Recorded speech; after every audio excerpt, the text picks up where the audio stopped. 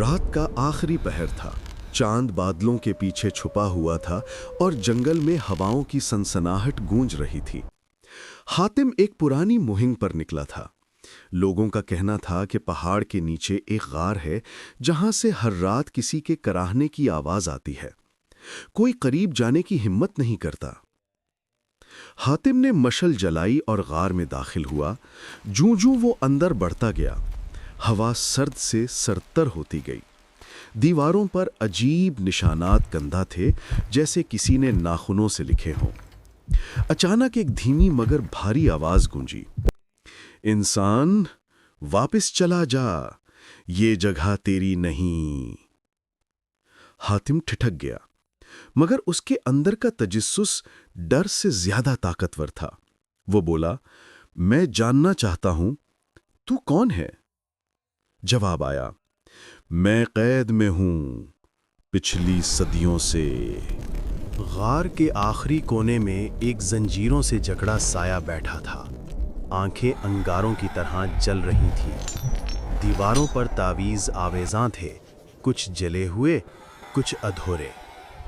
حاتم نے مشعل آگے بڑھائی۔ جن کی زنجیروں سے دھواں اٹھنے لگا، جیسے لوہا خود جل رہا ہو۔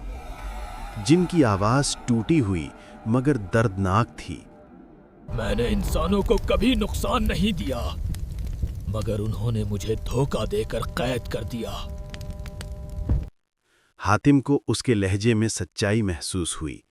جن بولا، مجھے آزاد کر دے، میں تیرا احسان ہمیشہ یاد رہوں گا۔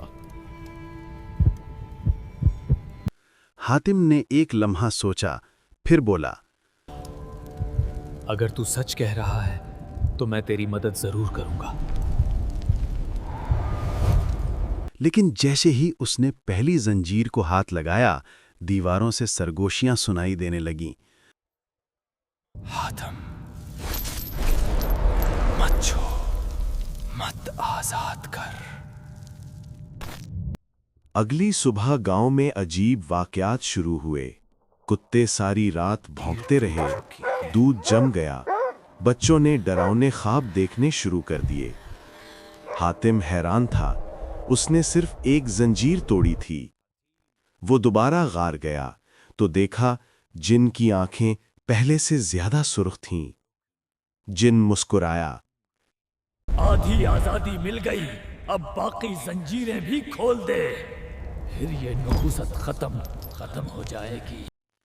حاتم نے مشال زمین پر رکھی، مگر روشنی مدھم ہونے لگی۔ غار کی دیواروں پر سائے رینگنے لگے، جیسے کوئی نظر نہ آنے والی مخلوق سانس لے رہی ہو۔ اچانک پیچھے سے ایک چیخ سنائی دی۔ وہ گاؤں کا بوڑھا شخص تھا جس نے حاتم کو پہلے خبردار کیا تھا۔ بوڑھا چیخا، یہ جنوں نہیں، یہ اندھیروں کا بادشاہ ہے۔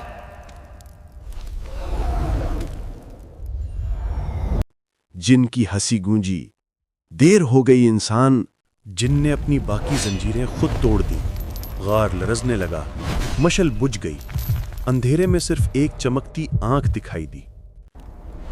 حاتم، میں نے تجھ سے دوستی کا وعدہ کیا تھا۔ اب تیرا امتحان ہے۔ جن نے اپنا ہاتھ آگے بڑھایا، میرے ساتھ چل، میں تجھے وہ دنیا دکھاؤں گا جو انسانوں سے چھپی ہوئی ہے۔ حاتم نے ڈرتے ہوئے ہاتھ بڑھایا اور اچانک وہ خود کو ایک بوسیدہ کلے میں پایا۔ چاروں طرف دھواں، چیخیں اور بند دروازوں کے پیچھے لرزتی روحیں۔ جن بولا، یہ وہ لوگ ہیں جنہوں نے کبھی کسی جن کو دھوکہ دیا، مگر تو میرا دوست ہے، اس لیے زندہ رہے گا۔ حاتم نے کہا، دوستی میں خوف نہیں ہوتا، مجھے واپس جانا۔ جن کا چہرہ دھواں بننے لگا، آواز گونجی، جو میری مدد کرے وہ میری قید میں آ جاتا ہے۔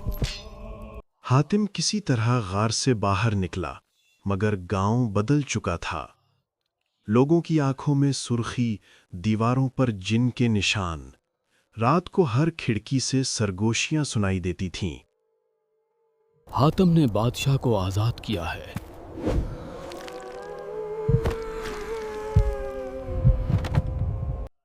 حاتم نے ایک تعویذ ہاتھ میں لیا جو بوڑھے نے کبھی دیا تھا۔ وہ غار واپس گیا،